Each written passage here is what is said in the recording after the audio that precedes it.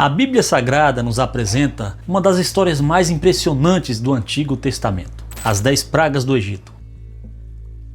Essa narrativa revela o poder absoluto de Deus e a sua fidelidade em libertar seu povo da escravidão. Por volta de 1250 a.C., os hebreus viveram como escravos no Egito há aproximadamente 400 anos.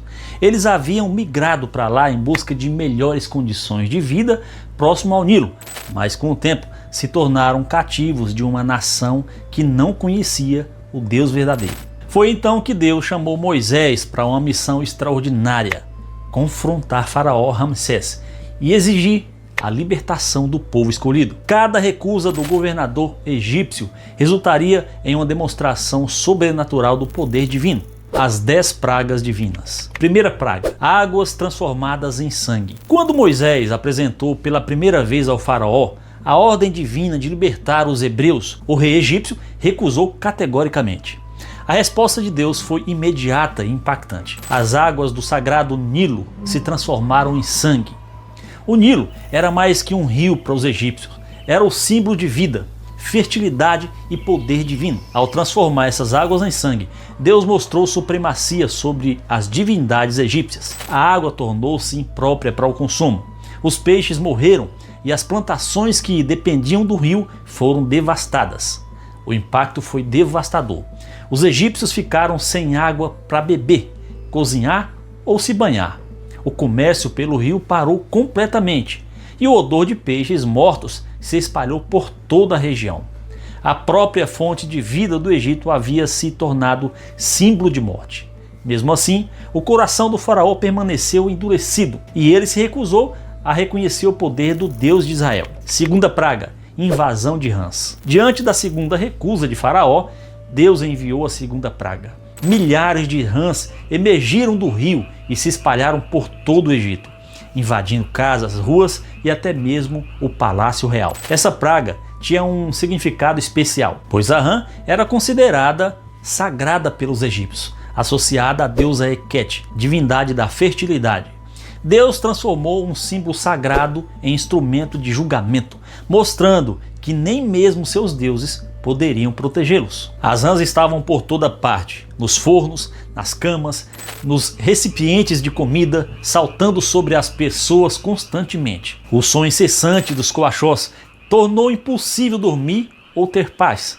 Os egípcios não podiam matar as rãs porque as consideravam sagradas, ficando assim prisioneiros de sua própria superstição. Quando Faraó implorou pela remoção das pragas, Deus atendeu. Mas assim que as rãs morreram, o rei novamente endureceu seu coração. Terceira praga: piolhos da terra. A terceira praga surgiu do próprio pó da terra. Uma infestação massiva de piolhos que atacou homens, mulheres, crianças, idosos e animais. Ninguém escapou deste castigo divino.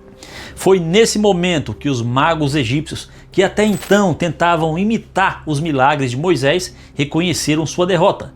Eles declararam ao faraó: isto é o dedo de Deus, admitindo que estavam diante de um poder superior a qualquer magia humana. Os piolhos tornaram a vida insuportável para todos os egípcios. Não havia como escapar da coceira constante e das irritações na pele. O desconforto era tão intenso que as pessoas mal conseguiam trabalhar ou descansar.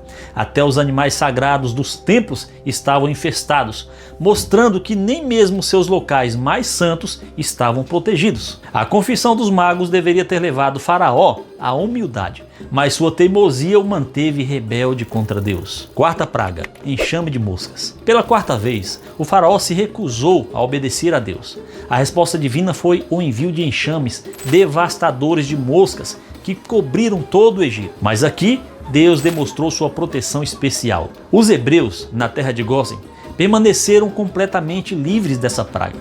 Essa diferenciação sobrenatural mostrava claramente que Deus de Israel não era apenas poderoso, mas também fiel em proteger aqueles que lhe pertenciam. Enquanto os egípcios sofriam, o povo de Deus vivia em segurança. As moscas cobriam completamente o território egípcio, entrando nas casas, contaminando a comida e tornando a vida miserável. Elas carregavam doenças e criavam condições insalubres por toda parte. Enquanto os egípcios lutavam contra nuvens densas de insetos, a terra de Gósen permanecia completamente livre da praga. Essa proteção sobrenatural não podia ser explicada pela lógica humana, apenas pela intervenção divina.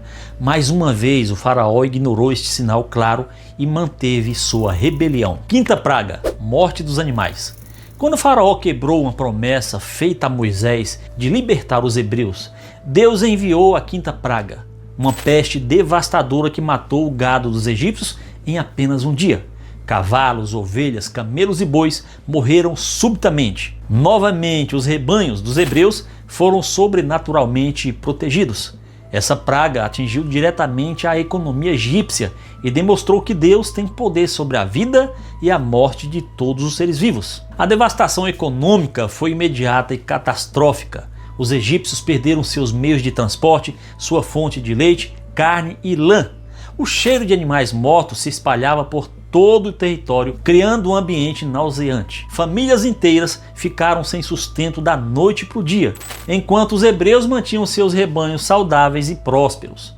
O contraste era uma evidência inegável do favor divino sobre o povo escolhido. Ainda assim, o orgulho impediu o faraó de se submeter à vontade do Todo-Poderoso. Sexta praga: úlceras e feridas. Na sexta manifestação de seu poder, Deus ordenou que Moisés tomasse cinzas e as espalhasse pelo ar. Imediatamente, úlceras dolorosas e feridas nojentas apareceram nos egípcios e nos animais sobreviventes. Os próprios magos de Faraó foram tão severamente afetados que não conseguiam mais comparecer diante do rei. Eles fugiram para suas casas, derrotados e humilhados diante do poder do Deus verdadeiro. As feridas eram tão dolorosas que as pessoas mal conseguiam se mover ou trabalhar. A dor constante e a aparência repugnante das úlceras criaram desespero generalizado entre os egípcios. Os médicos e curandeiros nada podiam fazer para aliviar o sofrimento. Os próprios conselheiros espirituais de Faraó, seus magos mais confiáveis, estavam agora incapacitados e humilhados. A ausência deles no palácio devia ter sido um sinal claro para o rei, mas sua dureza de coração o mantinha cego à realidade do poder divino. Sétima praga: chuva de pedras. Antes de enviar a sétima praga, Deus demonstrou sua misericórdia, avisando previamente sobre uma tempestade de granizo sem precedentes. Moisés alertou que seria a pior tempestade que o Egito já havia visto. Aqueles que temeram a palavra do Senhor protegeram seus servos e gado, salvando suas vidas. Mas aqueles que desprezaram o aviso divino perderam tudo. O faraó, em sua teimosia, não deu importância ao aviso e muito sangue foi derramado desnecessariamente. O granizo era de tamanho e força devastadora, destruindo casas, árvores e tudo o que encontrava pelo caminho. O barulho ensurdecedor das pedras caindo misturava-se com os gritos de terror dos egípcios. Plantações inteiras foram arrasadas em questão de horas e muitas pessoas e animais morreram esmagados. A diferença entre aqueles que obedeceram ao aviso divino e os que desprezaram ficou drasticamente evidente. Pela primeira vez, o faraó admitiu ter pecado, mas quando a praga cessou, novamente voltou atrás em sua palavra. Oitava praga: gafanhotos devastadores. A oitava praga trouxe nuvens imensas de gafanhotos que consumiram toda a vegetação restante no Egito. Estes insetos destruíram completamente as plantações que haviam sobrevivido ao granizo. Essa praga desafiou diretamente os deuses egípcios, Shu, deus do ar, e Khepri, deus dos insetos. Quando Deus encheu o ar de gafanhotos destruidores, ficou evidente que os falsos deuses nada podiam fazer para proteger seus adoradores. O som dos milhões de gafanhotos voando era ensurdecedor, criando uma nuvem escura que cobria o céu. Eles devoraram cada folha verde, cada broto, cada fruto que havia sobrevivido ao granizo. Em poucas horas, a paisagem do Egito mudou de verde para marrom devastado. A fome se tornaria inevitável, pois não restou absolutamente nada para a alimentação. Os conselheiros de Faraó imploravam para que ele libertasse os hebreus, reconhecesse que o Egito estava sendo completamente destruído. Mesmo diante dessa pressão, o rei manteve sua rebelião obstinada. Nona praga: trevas sobrenaturais. A nona praga foi uma escuridão sobrenatural que cobriu todo o Egito por 3 dias completos. Era uma escuridão tão densa que não permitia enxergar absolutamente nada. As pessoas não conseguiam nem se mover de seus lugares. mas nas habitações dos hebreus havia luz.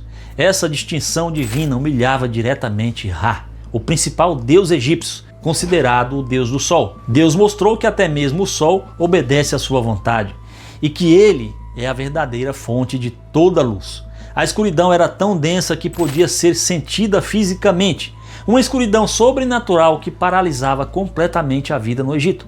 As pessoas ficaram imóveis em seus lugares, incapazes de enxergar mesmo a própria mão estendida. O terror psicológico era imenso, pois nunca havia experimentado algo assim. Durante 3 dias o egípcio parou completamente, sem comércio, sem trabalho, sem movimento.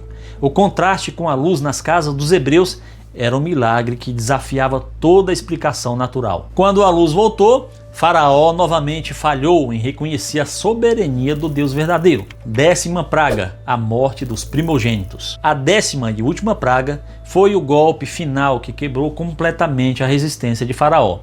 Deus anunciou que à meia-noite passaria por todo o Egito e mataria todos os primogênitos, desde o filho do faraó até o filho da serva. Porém, Deus ofereceu proteção através de sua misericórdia. Todas as famílias que aplicassem sangue de cordeiro nos umbrais de suas portas seriam poupadas.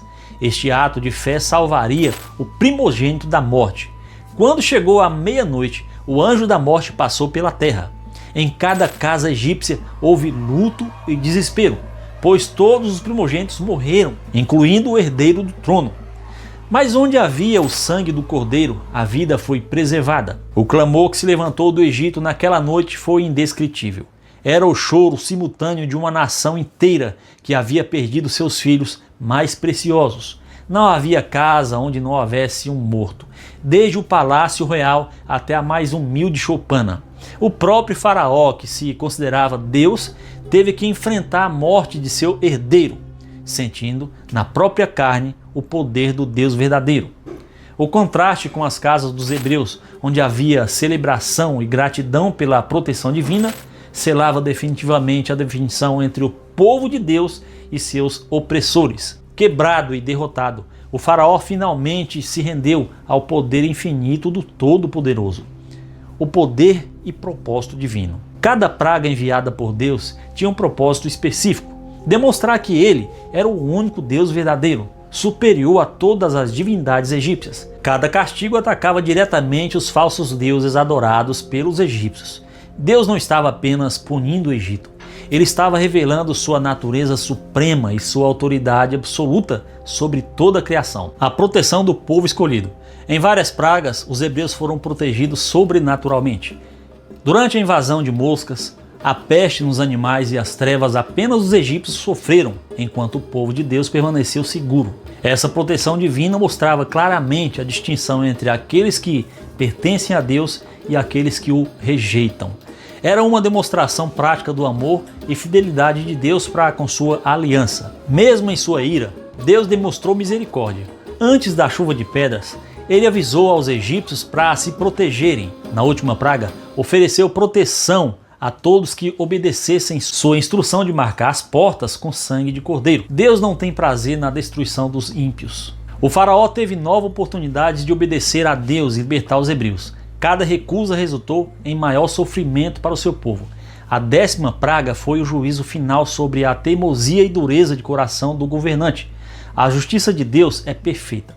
Ele é longânimo e paciente, mas não deixará o pecado sem castigo. O faraó colheu exatamente aquilo que plantou com sua rebelião contra o Altíssimo. Após a morte dos primogênitos, o faraó finalmente se quebrantou.